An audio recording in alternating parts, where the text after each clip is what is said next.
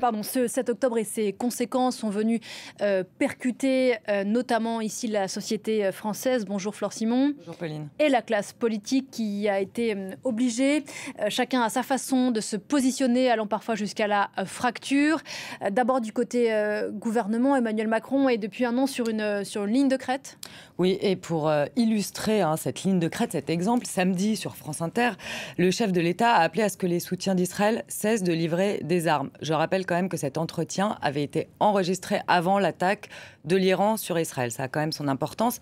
Donc ce qui avait provoqué évidemment l'incompréhension de la communauté juive, d'une partie de la classe politique et évidemment la colère de Netanyahou. Le chef de l'État a ensuite rectifié le tir en estimant que l'engagement de la France aux côtés d'Israël était indéfectible, mais il faut trouver une solution pour un cessez-le-feu. Donc voilà ça. Cet événement, cette séquence, elle montre le positionnement d'Emmanuel Macron, c'est-à-dire sur une ligne de crête. Soutien indéfectible à Israël, mais aussi appel à un cessez-le-feu, parce qu'il est pressé, le chef de l'État finalement de toutes parts, de chaque côté, de soutenir Israël, mais aussi que les pertes civiles à Gaza et aujourd'hui au Liban cessent, tout en appelant, donc avec cette continuité, cette tradition française, à une solution à deux États. Je rappelle que la France est le pays d'Europe qui compte la plus grande communauté juive et musulmane. Donc la crainte aussi, évidemment, du gouvernement, c'est que le conflit s'exporte ici en France. On a vu tout au long de l'année qu'il y avait eu des manifestations pro-palestiniennes, notamment dans les universités, mais quand même avec elles ont été beaucoup plus violentes, par exemple, au Royaume-Uni. Mais la position du chef de l'État, comme ça, d'une position d'équilibre, en tout cas d'équilibriste, même au sein de la Macronie, on voit qu'elle n'est pas forcément suivie, puisqu'hier, Yael Braun-Pivet, la présidente de l'Assemblée nationale, elle appelait, elle disait, il ne faut surtout pas désarmer Israël. Donc on voit que pour le chef de l'État, depuis le 7 octobre, cette position est extrêmement compliquée à tenir.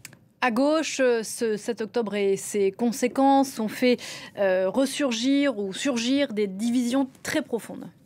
Oui, tout à fait. Alors à gauche, il y a un avant et un après 7 octobre, surtout au niveau des insoumis.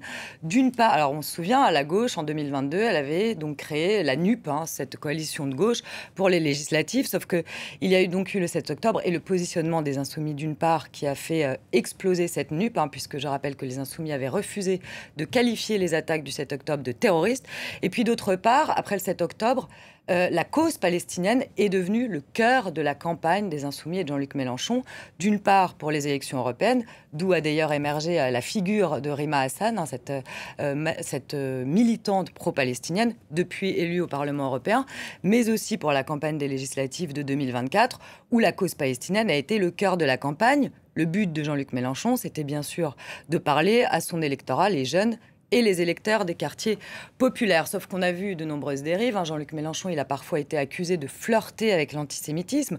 On se souvient qu'en juin, il disait que l'antisémitisme était résiduel en France.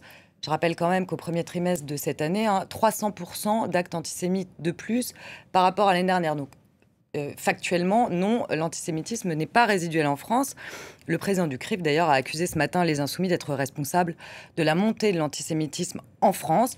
Jean-Luc Mélenchon, il reste dans sa ligne. La cause palestinienne, c'est aujourd'hui son combat, le cœur de sa campagne, puisqu'il appelle, à partir de demain, à mettre des drapeaux palestiniens partout où c'est possible, au détriment sans doute d'un positionnement, disons, un peu plus mesuré sur la condamnation des actes du Hamas du 7 octobre de l'année dernière.